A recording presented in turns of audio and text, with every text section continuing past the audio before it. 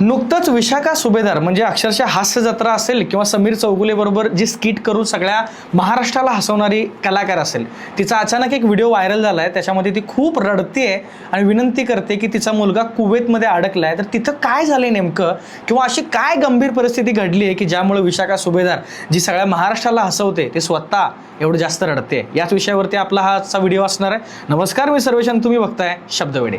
मंडळी, अख्ख्या महाराष्ट्राला हसवणारी विशाखा सुभेदार अचानकपणे कॅमेरासमोर येऊन एवढं रडून व्हिडिओ बनवते, याच्या मागे खूप मोठं कारण होतं. समीर चौगुले त्यांच्यासोबत जे स्किट आपण कायम बघत आलो हास्य जत्रेचे, त्या स्किटमुळे आपल्याला कायम ती हसवणारीच वाटत होती. पण एक आई म्हणून ती त्या व्हिडिओमध्ये एवढं रडत होती. काही महत्त्वाचे मुद्दे सांगणार आहे ज्यावरून आपल्याला पण कळलं पाहिजे ॲक्च्युली की आपण कधी कधी कमेंट सेक्शनमध्ये कोणाच्या काय लिहितोय. पहिला विषय हाच आहे की विशाखा सुभेदार यांचा एक अचानक व्हिडिओ व्हायरल झाला.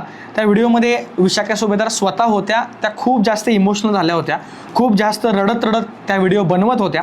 त्या व्हिडिओमध्ये त्यांनी मुख्यमंत्री देवेंद्र फडणवीस असतील किंवा पंतप्रधान नरेंद्र मोदी असतील यांना त्यांनी विनंती केली. त्या विनंतीमध्ये त्या ह्याच बोलत होत्या की विशाखा सुभेदार यांचा जो मुलगा आहे, तो मुलगा लंडनच्या प्रवासासाठी निघाला होता. तो निघाला, पण जेव्हा प्रवास सुरू होता तेव्हा अचानक इमर्जन्सी लँडिंगमुळं त्याला कुवेतमध्ये, तुम्हाला माहिती आहे सध्या कुवेतमध्ये काय सुरू आहे किंवा कशा पद्धतीचं वातावरण सुरू आहे. अक्षरशः ते व्हिडिओ तुम्ही इंस्टाग्रामवरती असेल किंवा सोशल मीडियावरती जेव्हा बघता तेव्हा अक्षरशः अंगावर काटा मारतो की ते एवढ्या लेवलचं युद्धाचं वातावरण एवढं वाईट झालं आहे की कधी काय होईल सांगता येत नाही. अनेक लाईव्ह स्ट्रीम सुरू असताना त्या क्रिएटरच्या बिल्डिंगवरती ते अपघात म्हणता येणार नाही, पण त्या ज्या गोष्टी घडल्यात, वरनं ड्रोनवरनं जे हमले वगैरे सुरू होते ते लाईव्ह स्ट्रीम सुरू असताना झालेत आणि अक्षरशः कॅमेऱ्यासमोर भरपूर लोकांनी भरपूर क्रिएटर्सना संपताना बघितले. म्हणजे खूप हॉरर किंवा खूप भयानक गोष्ट आहे ती. पण विशाखा सुभेदार यांच्या मुलग्याचं लंडनला जे प्रवास होता सुरू, त्यांचं विमान जे होतं ते कुवेतमध्ये उतरण्यात आलं, इमर्जन्सी लँडिंग करण्यात आलं. पण गेले 4 दिवस झालं कुवेतमध्ये ते अडकलेत. विशाखा सुभेदार यांचा मुलगा अडकला आहे. त्याच्याकडून काही जास्त रिप्लाय येत नव्हता, पण थोडा रिप्लाय येत होता, पण तो फक्त आणि फक्त मदतीची हाक असाच रिप्लाय येत होता. त्यामुळं खूप जास्त प्रॉब्लेमॅटिक सिच्युएशन सुरू होती. त्याच पद्धतीने संपूर्ण कुवेतमध्ये ड्रोन हमले असतील किंवा युद्धाचं वातावरण असेल, या सगळ्या गोष्टींच्यामुळे सगळीकडं खूप वाईट परिस्थिती सुरू आहे.